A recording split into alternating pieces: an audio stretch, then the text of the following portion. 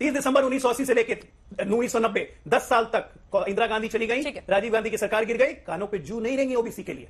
और उसके बाद जब वीपी सिंह की सरकार ने लागू किया तो उसका विरोध करने वाले राजीव गांधी थे। जाके आप देखिए, इनफैक्चुअल लॉ है, दिस इज एन इनफैक्चुअल लॉ, जिससे किसी का जिसका हमेशा नुकसान होगा, जिससे समाज में टकराव बढ़ेगा। ये उनके भाषण है, लोकसभा के आर्काइव में पढ़िए। इसी पे झुंझुना जो आप दिखा रहे हैं, इसकी कार्रवाई की तैयारी रोहिणी आयोग ने पहले ही कर ली है। ये झुंझुना बजाने से कुछ होगा नहीं। निर्वाध रूप से लेकर कि जिसके दिमाग में मंडल हो और दिल में कमंडल हो, उनको इन सब बूबर भत्तियों से कोई फर्क नहीं पड़ता है। जी एसटी आदिवासी महिला राष्ट्रपति बन रही थी तो इनके अधीर रंजन चौधरी ने उन्हें राष्ट्रपत्नी बुला दिया था। बड़ा इनका दलित प्रेम और आदिवासी प्रेम। बाबा साहब भीमराव अम्बेडकर स्वरः सुधार गए, बहस करते करते किसी ने बात नहीं सुनी। ये थी कांग्रेस और 61 में उसको रिजेक्ट कर दिया कालेकर कमीशन की रिपोर्ट को।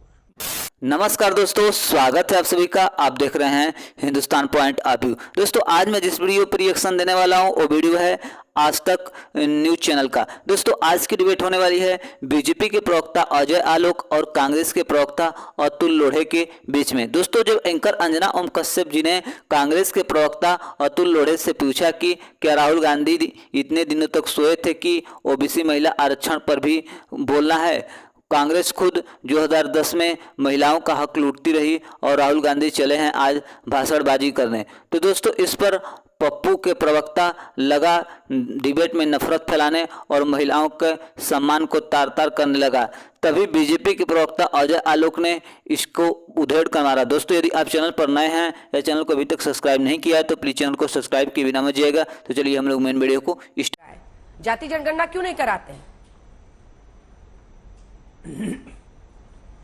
जातिगत जनगणना पे हम बैकफुट पे कब गए मुझे समझ में नहीं आता है। विपक्ष का दिक्कत यह है कि होमवर्क प्रॉपर नहीं होता है अंजना जी। अब ये बताइए कि ओबीसी ओबीसी ओबीसी आजकल जो गाना चल रहा है, इस ओबीसी के लिए किया क्या इन्होंने? आज तक एक संवैधानिक दर्जा तक तो दे नहीं पाए। मोदी जी ने क्या क्या किया? National commission for backward commission बनाया, उसे संवैधानिक दर्जा दिया, कॉन्स्टिट्यूशन में अमेंडमेंट करके आर्टिकल 338B को उसमें डाला गया। उसके बाद जो सबसे इंपॉर्टेंट बात बोल रहा हूं इसको समझिएगा, ये राजनीतिक रूप से बहुत जरूरी है। रोहिणी आयोग का जो गठन हुआ था वो इसी के लिए गठन हुआ था कि ये पिछड़ी जाति और अन्य पिछड़ी जाति, जिसे हम अति पिछड़ा ईबीसी कहते हैं, इनकी आज सामाजिक, शैक्षणिक और आर्थिक स्थिति क्या है और इसके हिसाब से इनके लिए क्या करना चाहिए। रोहिणी आयोग की जो रिपोर्ट आई उसने साफ साफ कहा कि आज की तारीख में अगर हम अति पिछड़ी सारी जातियों को ओबीसी के ब्रैकेट में डाल रहे हैं तो लगभग 2600 जातियां होती हैं और इस 2600 जातियों में मात्र 18% जातियों को आरक्षण का बेनिफिट आज तक मिलते आया है 75 साल से। तो क्या अभी तक 75 साल से सरकार सो रही थी? और अब जरूरी है कि इनको जातिगत जनगणना करवा के आरक्षण का बेनिफिट उन लोगों में दिया जाए जिनको अभी तक इसका लाभ ही नहीं मिला है। एक सेकंड अजय जी, आपको टोक कर, एक सेकंड आपको टोक कर, मैं समझ रही हूँ। एक सेकंड अजय जी, एक सवाल सुनिए, सवाल को समझिए। देखिए कई मुद्दे ऐसे हैं जिसमें आप परसेप्शन के तौर पर, छवि के तौर पर आप बाजी मार ले जाते हैं, लेकिन जाति के आधार पर वोट जब पड़ने लगता है तो आप लोगों के लिए मुश्किल खड़ी हो जाती है और इसीलिए ये बिसात 2024 के लिए बिछाई जा रही है। क्या वो बिसात आपके पैरों के नीचे की जमीन नहीं खींच सकती है? सवाल यह है ना, अगर तमाम क्षेत्रीय दल नए सिरे से, महिला आरक्षण देख लीजिए, आप इसको बड़ी कामयाबी कह रहे हैं, वो कह रहे हैं ओबीसी को क्यों नहीं दिया, तो जाहिर तौर पर जो बहुत बड़ा तबका है बहुसंख्यक वोटर में ओबीसी का है, वो आपकी तरफ देखेगा ना कि हाँ भाई ये बात तो सही कह रहे हैं, ओबीसी का आरक्षण क्यों नहीं इसमें दे रहे हैं। बहुत बड़ा तबका जो ओबीसी का है वो आज की तारीख में उस बहुत बड़े तबके का नेतृत्व प्रधानमंत्री मोदी जी कर रहे हैं जो खुद एक ओबीसी है। विश्वास जगाने की वजह होती है कि आपने उनके लिए काम क्या किया। ये जो मैं भी आपको बता रहा था रोहिणी कमीशन, इसकी मायने समझिए। ये 18% कौन सी जातियां हैं जिन्होंने आज तक लाभ लिया और 82% जातियों को लाभ नहीं मिला। ये 18% वो जातियां हैं जो आज सत्ता में है, जो भी ओबीसी गाना गा रही हैं, जैसे लालू परिवार, जैसे स्टालिन परिवार, जैसे अखिलेश परिवार, ये लोग हैं और यही जातियां हैं जिनको आज तक लाभ मिला। अब जरा रोहिणी कमीशन की जब रिपोर्ट इंप्लीमेंट हो जाएगी उसके हिसाब से और जाति जनगणना उस हिसाब से हो जाएगी तो 100% आरक्षण उन लोगों को मिलेगा जिनको आज तक कभी लाभ ही नहीं मिला।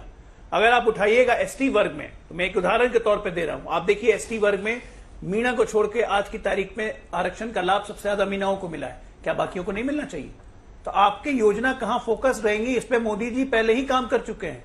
इनकी समस्या ये है कि ये जहां सोचना बंद करते हैं ना, वहां से मोदी जी सोचना शुरू करते हैं। और आप कह रही है कि हमारे पैर के नीचे से जमीन, अरे जिनके पैर के नीचे से जमीन खुद नहीं है वो हमारे पैर के नीचे से क्या जमीन निकालेंगे? OBC OBC OBC, Rahul Gandhi को पता भी है ओबीसी क्या होता है। कि ओबीसी करवाएंगे, जातीय आरक्षण करवाएंगे। यही राहुल गांधी के पिताजी राजीव गांधी थे, 1990 में Lok Sabha floor of the house पे बोलते हुए खुलेआम मंडल कमीशन का विरोध किया। बाप ने विरोध किया, बेटा कह रहा है ओबीसी करवाएंगे। कोई क्रेडिबिलिटी कहीं से बचती है? आपने काम किया साहब ओबीसी के लिए। लेकिन अजय जी, हमने तो काम किया है। आज जो एनसीबीसी बना है, ओबीसी महाकुंभ होने वाला है उत्तर प्रदेश में जी। 79 जाति हैं जिनको बुलाकर योगी जी समझाएंगे। छोटा सा जवाब। ये जो अभी अपना दलित प्रेम दिखा रहे हैं और एसटी प्रेम दिखा रहे हैं, तो जरा इनसे पहले ये बात भी पूछ लीजिए ना कि जब पहली एसटी आदिवासी महिला राष्ट्रपति बन रही थी तो इनके अधीर रंजन चौधरी ने उन्हें राष्ट्रपत्नी बुला दिया था। बड़ा इनका दलित प्रेम और आदिवासी प्रेम है। और अभी हाल के दिनों में लगातार कैसे कैसे बातें बोली गई हैं राष्ट्रपति के बारे में, उसके इनका दलित प्रेम तो झलका देता है। दूसरी बात, काका कालेकर कमीशन 1952 में बनी थी, 55 में रिपोर्ट सौंप दी गई थी। काका कालेकर कमीशन की रिपोर्ट पे 6 साल पार्लियामेंट में सिर्फ डिस्कशन होते रहा, क्या पिछड़ों और अति पिछड़ों की कैसे स्थिति सुधारी जाए, क्या आरक्षण का प्रावधान किया जाए। बाबा साहब भीमराव अंबेडकर स्वर्ग सिधार गए, बहस करते करते किसी ने बात नहीं सुनी। ये थी कांग्रेस, और 61 में उसको रिजेक्ट कर दिया कालेकर कमीशन की रिपोर्ट को। मंडल कमीशन बीपी मंडल ने 30 दिसंबर 1980 को ज्ञानी जैल सिंह को रिपोर्ट सौंप दी थी।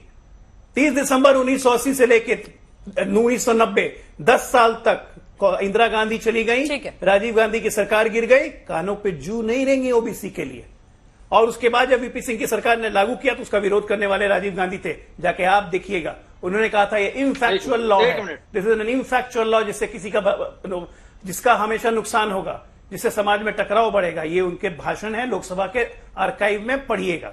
इसीलिए आज ओबीसी पे झुंझुना जो आप दिखा रहे हैं, इसकी कार्रवाई की तैयारी रोहिणी आयोग ने पहले ही कर ली है। इसलिए झुंझुना बजाने से कुछ होगा नहीं। 10 सेकंड अतुल जी, निर्वाध रूप से नेता झुंझुना बजा रहे हैं नरेंद्र मोदी हैं। दूसरी बात और सुन लीजिए कि जिसके दिमाग में मंडल हो और दिल में कमंडल हो, उनको इन सब बूबर भत्तियों से कोई फर्क नहीं पड़ता है। हमने अपना काम करके दिखाया है कि ओबीसी को कैसे आगे बढ़ाते हैं। आज अगर भारतीय जनता पार्टी गर्व से कहती है कि 1358 विधायक में से 327 विधायक ओबीसी के हैं, आज हम गर्व से कहते हैं कि 27 ओबीसी के नया नारा दे दिया है। आज तक कभी रिप्रेजेंटेशन आपने दिया था? अजय आलोक जी तो छोड़ नए बीजेपी में आए, नया नारा दे दिया उन्होंने संजय जी। लोगों की खड़गे साहब ने बनाई, मुझे 16 लोगों को रिप्रेजेंटेशन दिया, वो भी कोई इंपॉर्टेंट पद नहीं। दिमाग में मंडल और दिल में कमंडल नहीं करते हैं। सरकार में क्या देंगे आप? आपके झूठ लफाजियों को जनता अच्छी तरह से समझ चुकी है। छोटा सा जवाब, अब आप वैसी नाव हैं अजय जी डूबने वाली है, तो किसी का भी सहारा लेने को तैयार है। मिस्टर आलोक, ओबीसी लगाते रहिएगा ना ओबीसी का। जवाब दीजिए छोटा सा। देखिए इनके मुंह से जो है ना असलियत जो है ना, वो बगल में छुरी जो है ना बाहर निकल ही गई आज।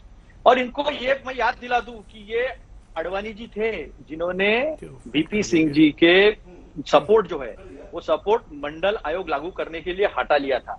ये इतिहास भी मैं उन्हें याद दिला दूं। और पीवी नरसिम्हा राव कांग्रेस के प्रधानमंत्री थे कांग्रेस से, उन्होंने उसको लागू किया। ये बात ये भूल नहीं सकते। और ये बात ये भी नहीं भूल सकते कि देश की अभिनेत्रियां, उनका भी अपना एक मुकाम है, ऐसा नहीं कि मैं उसको नकारूंगा नहीं, लेकिन देश की अभिनेत्रियां चलती है, देश की राष्ट्रपति नहीं चलती। वो संसद की प्रमुख है। इस देश की संसद लोकसभा, राज्यसभा और राष्ट्रपति मिलकर बनती है, लेकिन मुर्मू जी को वहां स्थान नहीं मिलता है। मंदिर में जब कुछ हुआ था उनके साथ, मंदिर में जाने से उनको मना कर दिया था। इस देश के प्रधानमंत्री के मुंह पर जू नहीं रहती है, एक शब्द नहीं निकालते हैं। ब्रजभूषण शरण सिंह धमकी देता है इन्हें, महिलाओं को शोषण करने वाला, लेकिन वो आज भी सांसद बना हुआ है और चैलेंज करता है। मैं क्रिकेट भी खेलना आता है, कबड्डी भी खेलने आता है, थोड़ा तो मारामारी भी करूंगा, किसकी हिम्मत है मेरी टिकट काटने की। ये इनका महिलाओं का प्रेम है। ये बात करेंगे हमारे साथ। 1991 में डिफेंस में कांग्रेस की सरकार थी और शरद पवार जी मिनिस्टर थे, डिफेंस मिनिस्टर, तब महिलाओं को आरक्षण दिया था। इस महाराष्ट्र में महिलाओं को 50% आरक्षण है लोकल बॉडीज में, और पहला सत्ता संपत्ति का अधिकार जो है इस महाराष्ट्र में दिया था, पहला महिला धोरण आया था। तो ये ना सिखाए, लाया हमने ही था, आपने क्यों नहीं लाया। और आप अभी, आपको मौका है, हम तो कह रहे हैं हम आपके साथ में हैं, आपको मौका है, दे दीजिए 33% महिलाओं को भी कोटा विदिन कोटा। क्या तकलीफ है? हो गया। ये अजय आलोक जी जो बहुत पढ़कर आते हैं, बीजेपी की बहुत पढ़ाई होती है, उन्हें ये नहीं मालूम कि मीना एससी में नहीं, मीना एसटी में आता है। ये तो पहली उनकी गलती है। मीना एसटी में आता है, एससी में नहीं आता है। Meena is a scheduled tribe. दूसरा एसटी बोला था भाई साहब, मेजोरिटी एससी बोला, आपने रिवाइंड करके देख लो।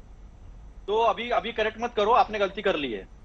तो ये देखिए कि माइनॉरिटी वर्सेस मेजॉरिटी, अभी यादवों की, कुर्मियों की, नीचे से अलग अलग बातें करके ये माइनॉरिटी वर्सेस मेजॉरिटी का खेल जो है ये बराबर ला रहे हैं। यार हम यही करें, यही मनुवाद है कि माइनॉरिटी वर्सेस मेजॉरिटी करो और फिर वो ब्राह्मणवाद लाके यहाँ पर ला दो, ये इनकी नीति है। फिर उन्होंने कहा संवैधानिक दर्जा दिया, ठीक है ना, लेकिन एनसीबीसी पहले नहीं था, national commission for backward classes पहले था, अच्छे से काम कर रहा था।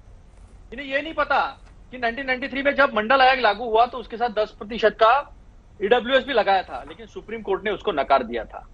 तो हमने ही सब कुछ किया है।